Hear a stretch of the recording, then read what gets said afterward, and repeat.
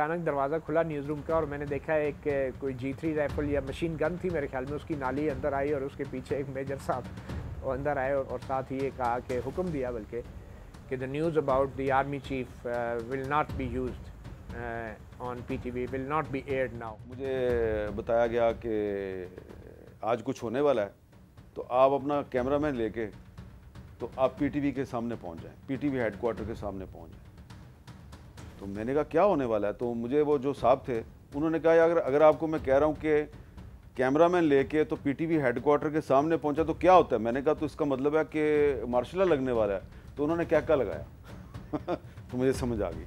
वाक़या हो चुका था जनरल जहांगीर करामत को रिमूव करने का, और उसके बाद ये इतलात भी हमारे पास मौजूद थी कि फ़ौज के अंदर जो है वो अपने आर्मी चीफ़ के साथ इस सलूक के बारे में अच्छे जज्बात नहीं पाए जाते थे, और ये भी कहा जाता था कि जी मियाँ साहब के मुंह को खून लग गया है और ये दोबारा भी कोई इस किस्म की हरकत करेंगे तो उसका कोई रद्द-ए-अमल भी होगा, और वो रद्द-ए-अमल हुआ भी। 12 अक्टूबर ज़ाहिर है कि पाकिस्तान की जो जमहूरियत है उसके ऊपर शब खून मारने का एक और दिन है जिसको कभी भी अच्छे लफ्ज़ों में याद नहीं किया जा सकता, और एक स्याह दिन के तौर पर आज भी पाकिस्तान के अंदर इस के बारे में बात की जाती है।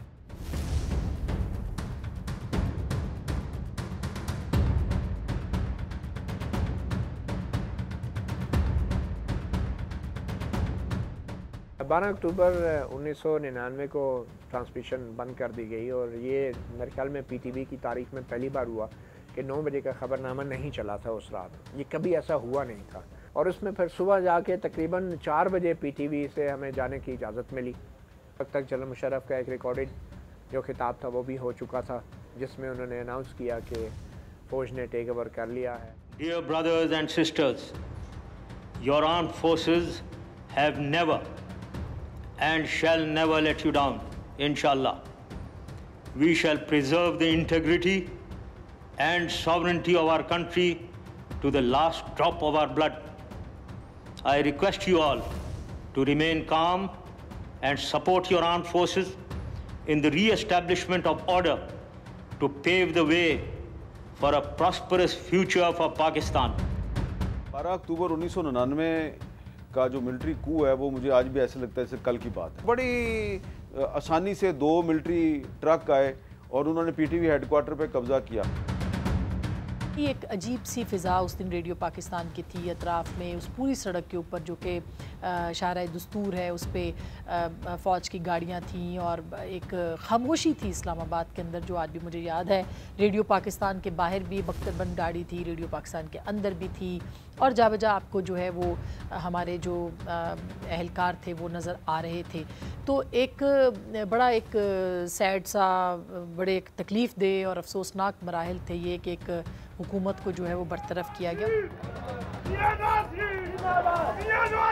एज अ जर्नलिस्ट तो मैं ये कहूँगा कि ये मेरा पहला एक्सपीरियंस था कि कोई इस किस्म का इकदाम होने जा रहा है मार्शल लॉ। ये एक्शन हुआ है कि नवाज शरीफ साहब जो हैं उन्होंने जनरल परवेज़ मुशर्रफ को चीफ ऑफ आर्मी स्टाफ के ओहदे से हटा दिया है, और जनरल ज़ियाउद्दीन भट्ट जो हैं उनको उनकी जगह पे नया आर्मी चीफ मुकर्रर कर दिया है। मैं ख़ुद जो है वो PTV की तरफ गया, रास्ते में हम जाते हुए देखते गए क्योंकि वही गुज़रगाह थी प्राइम मिनिस्टर हाउस की और प्रेसिडेंसी की भी, तो वहाँ से गुज़रते हुए हमने ये देखा कि जो सेक्रेटेरिएट ब्लॉक वाली साइड है रोड की जो पार्लियामेंट की तरफ है, वो वहाँ पे ट्रुप्स थे, मौजूद थे, गाड़ियाँ भी थीं उनकी, और वो रोड जो है वो ट्रैफिक के लिए नहीं था। दूसरे वाली सामने वाली रोड जो है वो उससे ट्रैफिक जो है वो दोनों तरफ की चल रही थी। जगहों पे मुख्तलिफ कमरों में हमें महदूद किया जा रहा था और कहा जा रहा था कि आप इधर जा सकते हैं, इधर नहीं जा सकते। कंट्रोल रूम की तरफ मेरे ख्याल में बहुत ज़्यादा ही वो, जब ट्रांसमिशन बंद होगी तो वो तो फिर बिल्कुल ही रिस्ट्रिक्ट हो गया एरिया। सिर्फ न्यूज़ रूम के हद तक मूवमेंट की इजाज़त थी, या कहीं जाने के लिए भी हमें जो थी इजाज़त दरकार होती थी। मगर कुछ देर बाद जब वो ISPR के लोग आ गए तो चीज़ें थोड़ी सी रिलैक्स हुई और हम जो है वो कुछ थोड़ा बहुत मूवमेंट कर सकते थे। मतलब एक टसल थी कारगिल के बाद जो कि सिविलियन गवर्नमेंट के साथ थी, और जाहिर है कि पॉलिटिकल गवर्नमेंट जो कि मियां नवाज शरीफ बार बार बाद में भी कह चुके हैं कि उनको मालूम नहीं था कि ये ऑपरेशन जो है वो किया जाना है।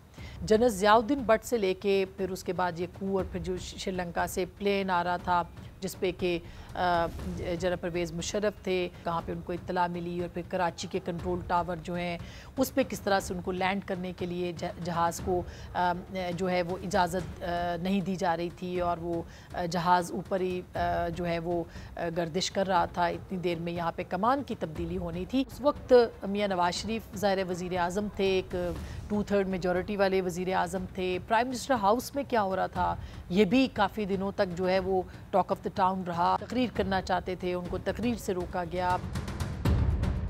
ये वो टसल थी जो वजह बनी जनरल परवेज़ मुशर्रफ के साथ मामलात को ख़राब करने की और होने की, और जो सब कुछ पीछे की कहानी थी वो मंजर-ए-आम पर आ चुकी थी, वो खुल के सामने आ गई थी कि जनरल परवेज़ मुशर्रफ जो हैं वो बाकायदा उन्होंने इक़्तिदार संभाल लिया है, कू कर लिया है और एक जमहूरी हुकूमत को बरतरफ कर दिया। कराची ब्यूरो से हमने कराची की स्टोरी मंगवाई, और इस्लामाबाद में जो हो रहा था वो हमने इस्लामाबाद मैंने भी देखा, मेरे साथ रिपोर्टर भी थे, कैमरामैन भी थे।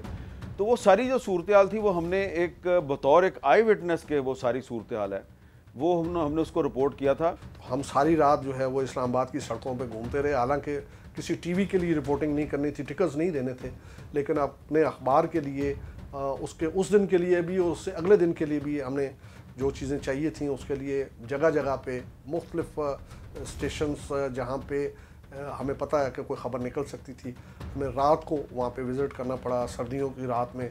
मेरे ख्याल में ये तो कभी स्टोरी हुई नहीं ना, ना ही कभी किसी ने आज तक इसके बारे में बात की, ना ही जनरल मुशर्रफ ने अपनी किताब में इस वाक़े का जिक्र किया। मगर PTV के अंदर जो ये वाक़या था यकीनी तौर पे बड़ा ही बड़ी मैं समझता हूँ एम्बैरेसिंग एक सिचुएशन थी। उस वक्त के हालात वाकई कुछ इस तरह के थे कि जिसमें सब अच्छा नहीं था। दोनों अतराफ़ में एक डेफिसिट ऑफ ट्रस्ट था और एतमाद का फुकदान होने की वजह से किसी वक्त भी किसी चीज़ की भी आप तवक्को कर सकते हैं, और फिर बहरहाल पावर जिसके पास है उसको एज हासिल होता है, उसका हाथ ऊपर होता है। 12 अक्टूबर 99 से जो सबक पाकिस्तान की कौम को, पाकिस्तान की ममलिकत को, रियासत को, अवाम को, सियासतदानों को हासिल करना होगा, करना चाहिए और करना है, वो ये है कि आप पाकिस्तान का जो आइन है, जो कि मुतफ़िक़ा आइन है 1973 का, उसके अंदर जो शख्सी आज़ादियाँ हैं, जो मीडिया की आज़ादियाँ हैं, जो सियासी आज़ादियाँ हैं, और फिर जो वो कॉन्ट्रैक्ट है अवाम का रियासत के साथ, उसको इंटैक्ट रखा जाए और उसी के ऊपर अमल दरामद किया जाए। तब कहीं जाके हम 12 अक्टूबर की जो सिचुएशन है या इस तरह के जो आमराना इक़दाम हैं इनके ख़िलाफ़ हम कार्रवाई कर सकेंगे। और जब तक जो आइन तोड़ता है उसको सज़ा नहीं मिलती, ज़ाहिर है कि हम आगे का सफ़र कैसे करेंगे। 1999 के मिलिट्री कू से पहले भी मैं यही बातें सुना करता था, और अब 2020 है और अभी भी मैं ये बातें सुनता हूँ। तो जो लोग कहते हैं ना कि नहीं दुनिया बदल गई है और पाकिस्तान में मार्शल नहीं लग सकता, तो मैं मजबूरी के हाल में उनको ये कहता हूँ, यार आप सही कहते हैं दुनिया बदल गई है, लेकिन पाकिस्तान नहीं बदला।